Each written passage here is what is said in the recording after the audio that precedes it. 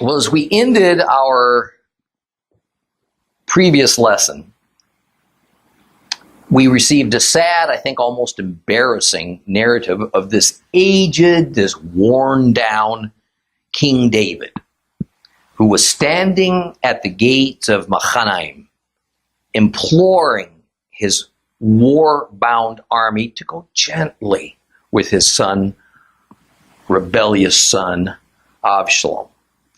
Now, one can only imagine the perplexed, even disgruntled reaction of his soldiers and his commanders at such a notion that above all else, they shouldn't seek to harm the very one they're going out to do battle against.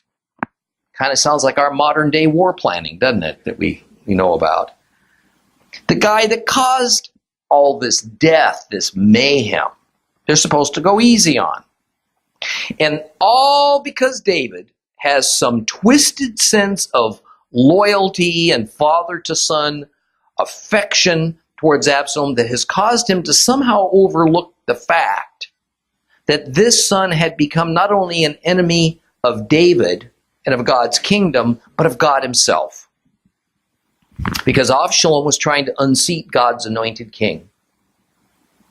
Now, we spent a few moments last week exploring Yeshua's admonition and warning in the book of Luke about what the attitude, what the expectation of a believer must be who accepts the honor of being a leader in the community of God worshipers, or even to what a simple follower of Yeshua should be.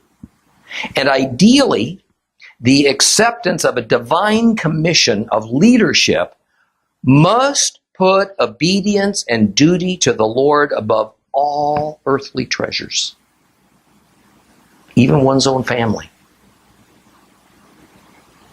This isn't something we see happen very often in the Christian community.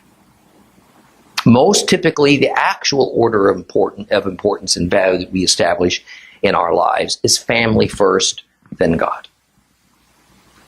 I'm not going to review that part of the lesson from last week, but I would like to make this additional comment so that there's no misunderstanding. It is not the ideal decision to first create a family, then decide to become a devoted leader in the kingdom. But the reality is, it's probably the way it happens most of the time. It's always best to first commit to the Lord, then evaluate if your particular commitment will even accommodate the treasure of a family. Or such a decision should play the pivotal role in choosing a spouse who has to share our commitment wholeheartedly. Otherwise, unwittingly, we may have played a game of bait and switch that's bound to cause terrible family turmoil and pain. That is, we married a person under one set of mutually agreed premises, and then later, in kind of a one-sided decision, decided to make a right turn and pursue a whole different lifestyle and set of priorities, no matter how godly sounding or well-intended it might be. A set that the other spouse just isn't equipped for, hasn't been called by God for, and maybe doesn't genuinely embrace it. Nothing is more common in Christian leadership today than for a man to marry, produce a couple children, and then at some later point decide to commit he and his family to ministry. The good Christian wife goes along with it, even if reluctantly, and she tries to make the best of it. The children are pawns. They don't have much choice in the matter. But all too often, this enthusiastic husband and Christian leader suddenly finds himself with a burned out and discouraged wife. Disaffected children who never signed up for this. Thus, the two-part lesson I want to impart to you is this, and it goes for men and it goes for women. It is that while marrying and starting a family first is by no means a disqualification of later participation in Christian ministry and leadership, it does necessarily limit, it narrows the extent and type of assignment one can reasonably commit to. A man in this type of situation cannot be a good, proper, attentive husband and involved father and suddenly nearly abandon his family for the sake of his newfound mission, saying, God comes first now. Rather, because of the path he first undertook, he must take on the commission of leadership, understanding there's going to be limitations on just what he can reasonably undertake. The second part of this lesson is that only a few are actually destined to become full-time Christian leaders. Nowhere in the scriptures do we get the sense that we're meant to have boatloads of Christian leaders in order to lead Messiah's flock. Unfortunately, Christian leadership today has all too often become a vocation, or it's become a profession, not a true divine calling or an anointing. That we might have a great desire to be a Christian leader by no means says we ought to be one, or that God has willed that kind of a life for us, and by extension that for our families. St. Paul cautioned potential leaders in the kingdom about this as well. He even advised that if possible, in the long run, excuse me, it's probably better for a leader to avoid marriage and family, especially if your particular assignment brings you into a very uncertain earthly future. By no means am I saying or advocating, nor does the Bible say that Christian leadership and family should be mutually exclusive. I'm saying count the cost. Count the cost before you make a commitment to marriage or to Christian leadership, because one is going to have a very definite effect on the other. I tell you honestly, I was only able to enter Christian leadership because my wife, whom I married before this decision, wholeheartedly wanted to enter it with me as a full partner. Our children were grown, married. In fact, although I won't share the story with you, my wife was the first of the two of us to be given knowledge from the Lord that this was even coming. Neither of us had any idea what it was going to lead to. And especially, she knew significant changes were about to happen in what were our nice, comfortable, leisurely lives.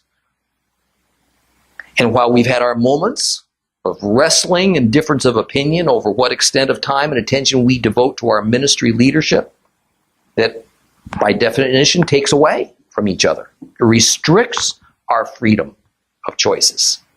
It's worked out because we both realized this has always been our destiny, and that we were both prepared to accept whatever the consequences. David, King David, I'm sure, never realized that accepting the position of being God's anointed leader over his chosen people meant that someday he would have to accept the just and punitive death of one of his own beloved children.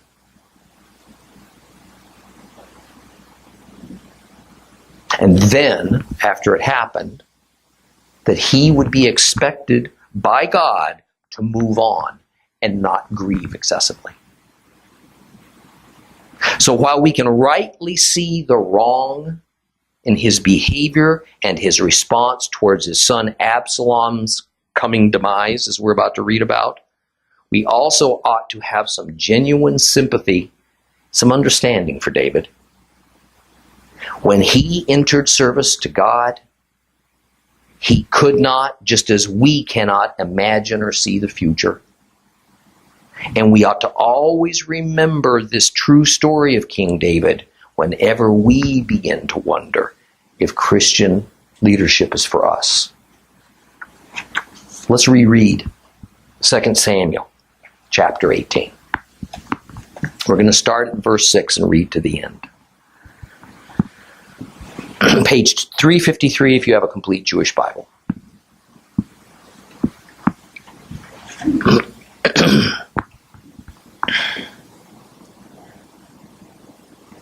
So the people went out into the field against Israel. The battle took place in the forest of Ephraim. The people of Israel were defeated there by David's servants. There was a terrible slaughter that day of 20,000 men. For the battle, there was spread all over the countryside. The forest devoured more people that day than did the sword. Avishalom happened to meet some of David's servants, and Avishalom was riding his mule, and as the mule walked under the thick branches of a big terebinth tree, his head got caught in the terebinth, so that he was left hanging between earth and sky as the mule went on from under him. Someone saw it and told JOAB, "I saw Absalom hanging in a terebinth." And JOAB asked the man who told him, "Here now, you saw it. Why didn't you strike him to the ground then and there? I would have had to give you 10 pieces of silver and a belt besides." And the man replied to JOAB, "Even if I were given 1,000 pieces of silver, I still wouldn't raise my hand against the son of the king. After all, while we were listening, the king ordered you, Abishai and Ittai, be careful no one touches young Absalom. Or if I had pretended that I didn't know, the king would have known otherwise anyway, and you wouldn't have interceded for me either." And JOAB said, "I can't waste time arguing with you." He took 3 darts in his hand and rammed them through Avishalom's heart while he was still alive, hanging from the terebinth. Then Joab's 10 young armor-bearers surrounded Avishalom and struck him and killed him. Joab sounded the shofar, and the people returned from pursuing Israel, because Joab held back the troops. They took Avishalom and threw him into a big pit in the forest and piled a big heap of stones over him. All Israel fled, each one to his tent. In his own lifetime, Avishalom had taken and raised for himself the pillar, which stands in the king's valley, because he said, "I don't have a son to preserve the memory of my name." So he named the pillar after himself, and it's called Avishalom's monument to this day. Then Ahimaaz, the son of Zadok, said, "Let me run now and bring news to the king that Adonai has judged in his favor by releasing him from his enemies." And Joab said to him, "You are not to be the one to bring the news today. You can convey news another day, but today you will not bring news because the king's son is dead." And then Joab said to the Ethiopian, "Go, tell the king what you saw." The Ethiopian bowed to Joab, and then he ran off. But Ahimaaz, the son of Zadok, said to Joab, "Come what may, please let me also run after the Ethiopian." And Joab answered, "Why do you want to run, my son? You won't receive any reward for bringing the news. I don't care. Whatever happens, I want to run." So he said to him, "Run." Then Ahimaaz ran by the road through the desert flats, and he outran the Ethiopian. And David was sitting between the 2 gates, and a watchman went up to the roof of the gate, and he went out onto the wall, and he raised his eyes, and he looked, and he saw there a man running by himself. The watchman cried out, and he told the king, and the king said, "If he's alone, he has good news to tell." And as he ran along and he came close, the watchman saw another man running, and he called to the gatekeeper, "There's another man running by himself." And the king said, "Oh, he too must have good news." And the watchman said, "The first one runs like Ahimaaz, the son of Zadok." The king said, "He's a good man. He'll come with good news." Ahimaaz called the king, "Shalom!" And he prostrated himself before the king with his face to the ground and said, "Blessed be Adonai, your God, who has handed over the men who rebelled against my lord the king." And the king asked, "Is everything all right with young Avishalom?" Ahimaaz answered, "When Joab sent the king's servant and me, your servant, I saw a big commotion, but I don't know what it was." The king said, "Go, stand over there." So he went and stood there. Then up came the Ethiopian. And the Ethiopian said, "There's good news for my lord the king. For Adonai has judged in your favor, and he's rid you of all those who rebelled against you." The king asked the Ethiopian, "Is everything all right with young Absalom?" The Ethiopian answered, "May the enemies of my lord the king and all who rebel against you in order to harm you be as that young man is."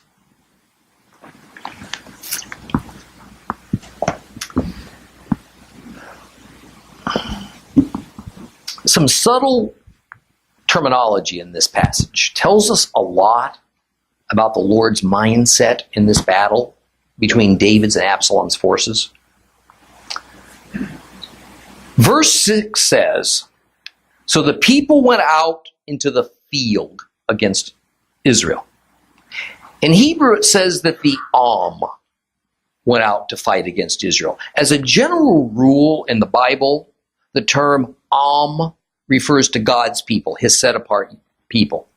Yet, isn't Israel also God's people? But here we have one set against the other. The essence of this sentence is that in this instance, we have a battle of the God's true people, against Israel, those who are supposed to be with God, but at the moment they weren't. And as we move along in this chapter and into the next one, we're going to see an amazing series of parallels as a precursor to Messiah's experience and his relationship with his people, the Jews, and with the rest of Israel. St. Paul, in a number of verses, explains that there is a part of Israel that is the true Israel in God's eyes, while there's another part of Israel that has fallen away for the moment and does not express the heaven-born ideal of Israel. The dividing line here in 2 Samuel 18 is those Israelites who stand on one side with God's anointed king David versus those who stand on the opposite side of that line with that evil usurper Absalom. In the New Testament, the dividing line between the and Israel is that the are those Israelites and others who stand with Yeshua, Jesus Christ, versus those Israelites and others who stand against him. In both cases, at the time of David and then later at the time of Christ, it is not that the remains Israel and then the other Hebrews aren't any longer a legitimate part of Israel. Rather, it is that there's part of Israel that remains standing with God, the and another part that's fallen away. But physically, they all remain Israel. And St. Paul doesn't question that. Thus, the true difference between the and Israel, this is in the context of this verse in 2 Samuel and in St. Paul's writings, is this. It's a spiritual difference, not a physical difference. The battle for control of the throne of Israel takes place somewhere in a forest called the Forest of Ephraim. There's an enormous disagreement where this place might be. Many scholars say that this is located not far from Machanaim, which is in the Transjordan, and the name is not indicative of the tribal territory that it's in. Other scholars say that's preposterous to say that the Forest of Ephraim is in any other place than the tribal territory of Ephraim, which is located on the west side of the Jordan River. Wherever it was, the wooded area was treacherous, apparently, and the very terrain of it itself caused more deaths of Absalom's soldiers than those that were killed by David's men during the battle. The scene is essentially of untrained, undisciplined, panic-stricken troops who fell into pits and fell over cliffs and fell down and broke their legs by catching them between rocks. They were attacked by wild animals, all sorts of stuff. over 20,000 men of Israel, Absalom's men, died there that day. Verse 9 begins the infamous story now of Absalom's death. Now, the chaotic nature of Absalom's folly continues when, as he's trying to escape this battle and get back to Jerusalem, he rides under a tree in the forest of Ephraim and he gets caught in it. And his mule, not a donkey, a mule, rides off, leaving him hanging there. Now, a lot's been made about the ironic nature of Absalom dying because he was hanging by his hair. There's been many fine sermons to draw parallels between Absalom and the Nazarites, who also have long hair, and to other matters of, say, like pride that revolves around having hair. I wouldn't know about that. Just one problem. Not one word in this passage speaks about Absalom's hair. It doesn't say he was caught by his hair, his seah, despite all the English translations that say he was. Rather, it says he was caught by his rosh, his head. He was caught by his head.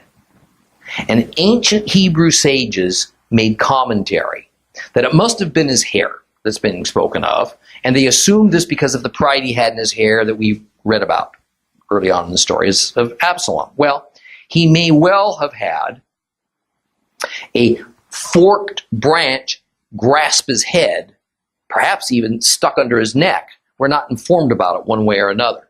But I think the point of the story gets diverted if we make the hair the issue, assuming he was even still wearing his hair long by this time. There's no evidence of that. I think the better symbolism from this story is that riding a mule was reserved for royalty in that era. And since the mule is a mix of a donkey and a horse, it was considered against the Torah for Hebrews to breed these animals. It was considered an illicit mixture. So they had to purchase these terribly expensive animals from their neighbors. So here we have Absalom riding a royal mule, holding himself up as the king, and then suddenly a tree gobbles him up and leaves him hanging while his royal mount gallops off. He is royalty no more. And this is a divine sign that the Lord has stripped him of his false claims and exposed him for any commoner who happens by to see that he is not, he has never been a king over God's kingdom. A soldier happens to see Avishalom hanging helplessly in the tree. And instead of doing what a warrior would naturally do, kill the guy, he freezes. He knows who this is. He knows that King David has made it exceptionally clear nobody is to harm Absalom. So he goes to his commander. JOAB tells him what he's found. JOAB is indignant. He wants to know why this soldier wouldn't, of course, do his duty and even take advantage of his good fortune. All the soldier would have had to do was kill this helpless enemy, Absalom, and then he would have collected a handsome reward. He would have even become a renowned man. But the soldier says, no way. Not me.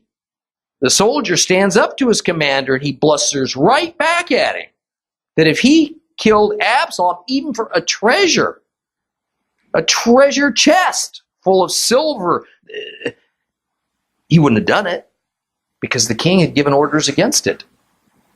Further, says the soldier, while JOAB is at the moment dressing him down for not killing Absalom, he equally has no doubt that if he had killed Absalom and David had reacted viciously over it, JOAB wasn't going to lift a finger to intervene on that soldier's behalf.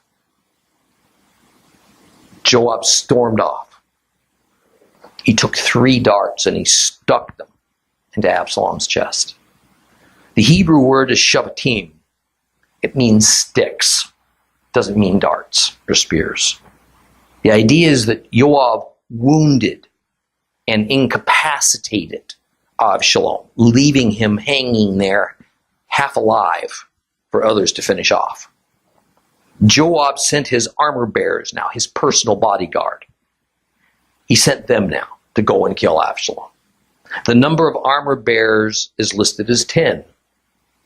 A minyan. This is to impart the understanding that the killing of Absalom was divinely ordained, as 10 is the number of completion or perfection. The armor bearers did no wrong in slaying Absalom. They were God's hand of justice in this case. Joab was a good general. The moment Absalom was dead, he blew the shofar because this was a signal to his army to stop pursuing the fleeing Israelites and to return for an assembly. There was no point of killing anymore. It was all over. The cause for the killing was now dead, hanging in that tree. And after all this, it had been a battle, we have to remember, of Hebrew upon Hebrew. And there was no intent to eradicate the opposition to extinction. Further, Joab was a political man. He knew full well that it was time to start the healing process, to start bringing all the tribes back together again under King David. So it would be duly noted by the Israelites that the moment David won, the killing was stopped, and hopefully there wouldn't be blood avengers and a lot of retribution that would occur. But that was yet to be seen. So there was a great deal of apprehension among those who had sided with Absalom over what might become of them. Well, verse 17 explains that Absalom was denied a respectful burial. Rather, he was just unceremoniously thrown into a pit, had rocks piled up on him. This sort of treatment is reserved for the worst of the worst, not for a king's son. Recall the evil Achan, the Hebrew, as Joshua was fighting against the Canaanites, and how Achan stole some of God's holy property from Jericho, and it caused Israel to be humiliated in battle. Let me remind you of that. Back in Joshua 7, 24 to 26, Joshua took together with all Israel, took Achan, the son of Zerach, with the silver, the robe, the gold wedge, his sons, his daughters, his cattle, his donkeys, his sheep, his tent, and everything he had, and he brought them up to the Achor Valley. Joshua said, "Why have you brought trouble on us? Today Adonai will bring trouble on you." Then all Israel stoned him to death, and they burned them to ashes and stoned them. Over him they piled a great mound of stones, which is there to this day. Finally Adonai turned away from his fierce anger. This is why that place is called the Valley of Achor, trouble, to this day. In a later event, we see another incidence of a disrespectful treatment of a corpse as punishment for evil that greatly resembles what happened to Absalom. We find that also in Joshua in the next chapter 8. So Joshua burned down Ai, and he turned it into a tell forever so that it remains a ruin to this day. The king of Ai, he hanged on a tree until evening. At sundown, Joshua gave an order. They took his carcass down from the tree, threw it at the entrance of the city gate, and piled on it a big heap of stones, which is there to this day. Well, verse 18 gives this interesting piece of information. That Absalom had raised up a monument to himself before he had died. And that David obviously allowed it to remain standing. And the purpose for this monument is born as much from superstition as from narcissism. But there is a bit of a mystery surrounding all this. Absalom says he did this. Why? He had no sons. And yet, 2 Samuel 14:27 says he had 3 sons. Some rabbis say that all of his sons had died before Absalom was killed. Josephus, on the other hand, says that's not so. he says that Absalom's 3 sons were such a disappointment to him that he considered them as having no sons at all. None were suited to royalty in his eyes. None were worthy of succession to the throne. None were even worthy of carrying on the family name. So, Absalom's lament, "I have no sons," is an expression. It's a folk saying in which he essentially disowned his sons, so thus he sees himself as no longer having any. The superstitious part of erecting this monument is that it was believed that a person's spiritual essence only continued on in the afterlife for as long as the name is remembered and then spoken out loud. Thus, if his sons are disowned from the family, then their offspring is also not part of the family, and now there's no one to speak Absalom's name. So by having his name inscribed on a public monument to himself, people will come to visit it, look upon it, speak his name, which was a traditional custom since all Middle Easterners subscribed to the same superstition, so he was now assured of an ongoing afterlife. Many say that this monument is today one and the same as Absalom's tomb in the Kidron Valley. It's outside of Jerusalem. That's very doubtful. Now, the location of the monument is given in verse 18 as the King's Valley, and that is indeed very nearby the structure of Absalom's tomb as we see it today. Now, for centuries, it was a tradition that passers-by would throw rocks at the monument to show their disdain for Absalom. They would also bring their rebellious children there and punish them and show them that monument to remind them of what happens to rebellious sons, using Absalom as an example. I kind of like that idea. But the reality is that the structure that presently exists was first built in the age of the Greeks, long after the time of Absalom. So it's not clear whether this was or was not the same location of the monument that we're reading about here in 2 Samuel. Anyway, in verse 19, the son of the high priest Zadok is so excited that the war is over and that King David has been victorious that he wants to get to him quickly with the good news, as he knows David is on pins and needles waiting to hear the outcome of this battle. But as the next few passages unfold, it seems evident that while Ahimaaz knew the war was over, he didn't know Absalom was dead. Or if he did, he didn't know how it happened. And JOAB insists that somebody has to run to tell King David what happened, because he knew that David was fully capable of killing this messenger in a fit of rage.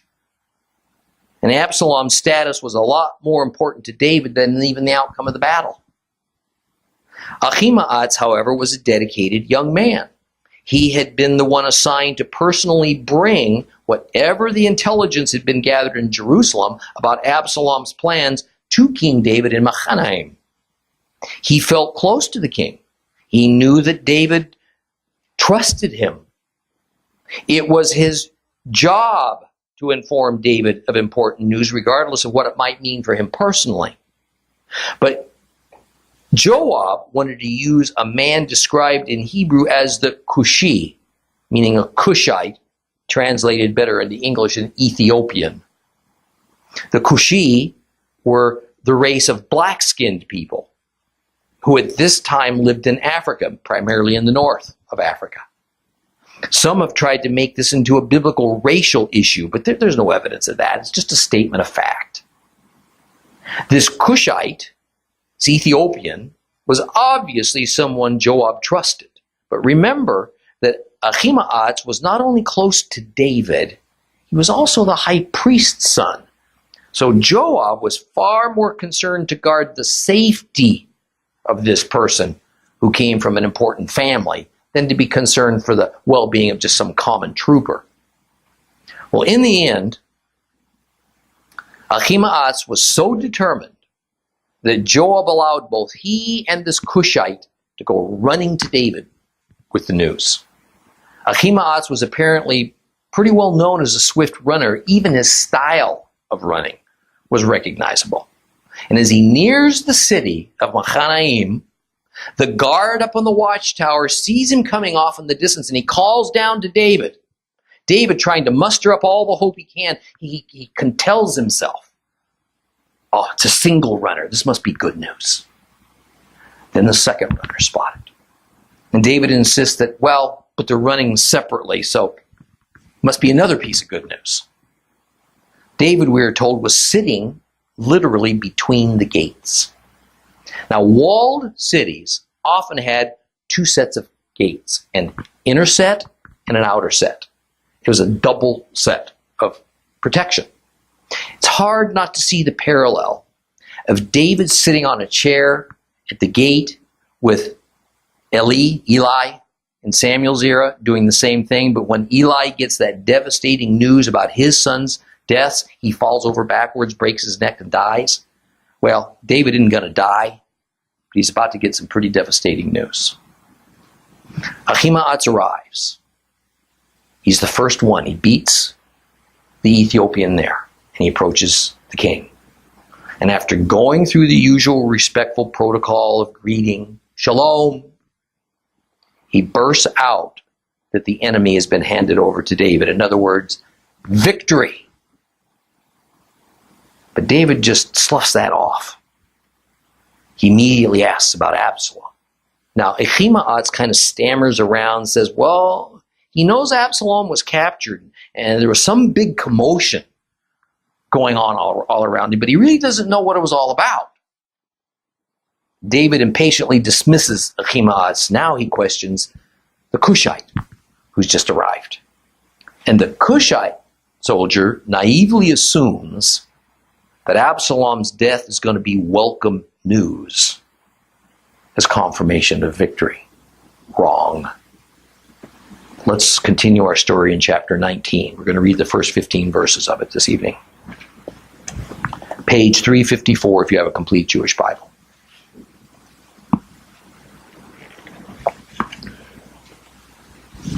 Trembling, the king went up to the room over the gate, weeping and crying, oh, my son Avishalom, my son Avishalom, and if only I had died instead of you.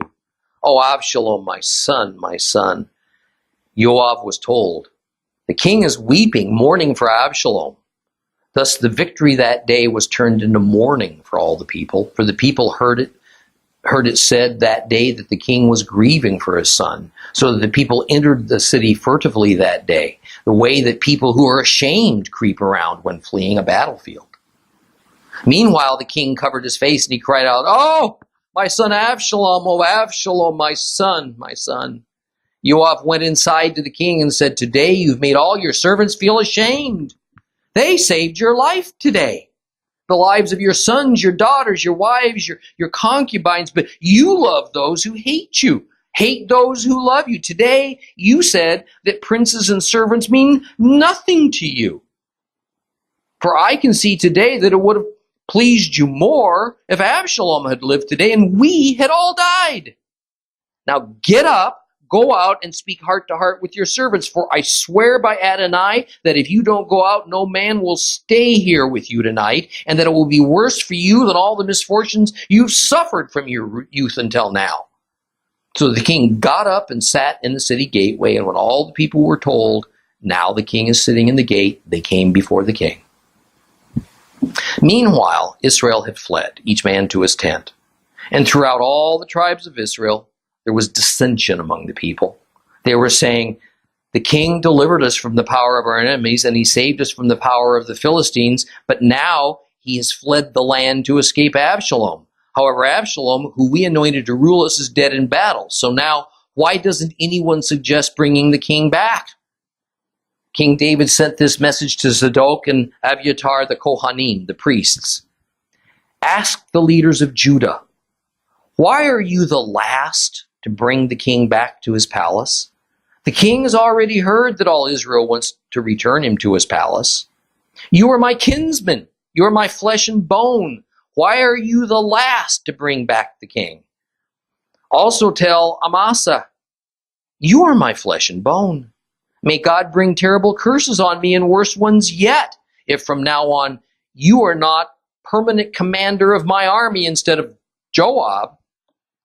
Thus he turned the hearts of all the men of Judah around as if they were one man, so that they sent a message to the king, come back, you, all of your servants. David is grief-stricken. He's destroyed. He's inconsolable. And in this state, he completely forgets who he is in God, what his duties are as God's anointed king of Israel, where his loyalties and his priorities ought to lay. Over and over, the only words that he seems to be able to form in his mouth are, my son Absalom, my son Absalom. He wishes he had died instead of his son. I have no doubt he was completely sincere in that wish. You know, I think I can understand that. On more than one occasion, I've looked at my wife and my children, my grandchildren, and thought, I suppose selfishly, Lord, please allow me to die first before them. I don't think I could stand it if any of them perished while I was left to deal with it. And yet I know so many spouses who have gone on before them, whose sons and daughters have died of disease, maybe in defense of our nation, or in an accident, maybe at the hand of a criminal, and who found the inner strength, not only to go on living productively and with joy, but also able to glorify the Lord in the midst of it all. Sadly, the great King David didn't have that inner strength at this time. He only wanted to die so that his pain would finally leave him in peace. He cared more about the demise of this evil son than he did for all of his other loyal sons and daughters who were still alive. His many loyal wives, his faithful soldiers who had risked their lives for him, and his fellow countrymen who depended on his leadership now more than ever, this critical moment. Rashi makes the point. He makes a poignant remark, I think, about the opening words of this chapter. Trembling, the verse says, trembling, the king went up to the room over the gate. Rashi sees this trembling not as an intense state of mourning, but rather as an intense state of guilt. David knew at the bottom of his heart that even Absalom's rebellion was on his head. He was at fault. All of this horror and death that was visited upon his family and upon his kingdom was the outpouring of God's curse upon him for David's terrible sins, most of them revolving around the Bathsheba incident. He felt personal responsibility. There was no shaking it. And you want to know something? He was right. And it is a lesson that we must all prepare for if we are going to deliberately sin against the Lord. If we're going to ignore his word and his commandments, why else should we expect anything other than the worst? I cringe when I hear very thoughtful believers state, there's no consequence anymore for our sinning or our rebellion. Not earthly, not heavenly. Nothing could be less scriptural. Nothing could be less accurate. Our sins indeed have been forgiven upon the stripes and the blood of our Savior, Yeshua, but only in the spiritual and in the eternal sphere. We will indeed bear the earthly consequences of our trespasses. As David did, as David would until his dying breath. And it may suck in and devastate many among us who we love the most. My prayer is that we'll all recognize this hard fact.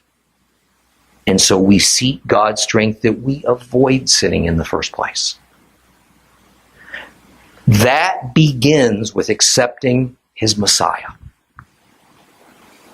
Then, immediately learning his ways from his word and doing them. But if we should consider something else, then I pray that we recognize when God's punishment is upon us, as it was with David, and not deny the cause nor deflect the responsibility as though our trespasses against the Lord will have no consequences upon ourselves or others so long as we're redeemed. I doubt that any of us will ever achieve such a lofty place in God's eyes as did King David. But even that didn't stop the Lord from also laying a burdensome curse upon him for his terrible trespasses. We'll look at Joab's response to David's weeping and mourning next week. Please rise.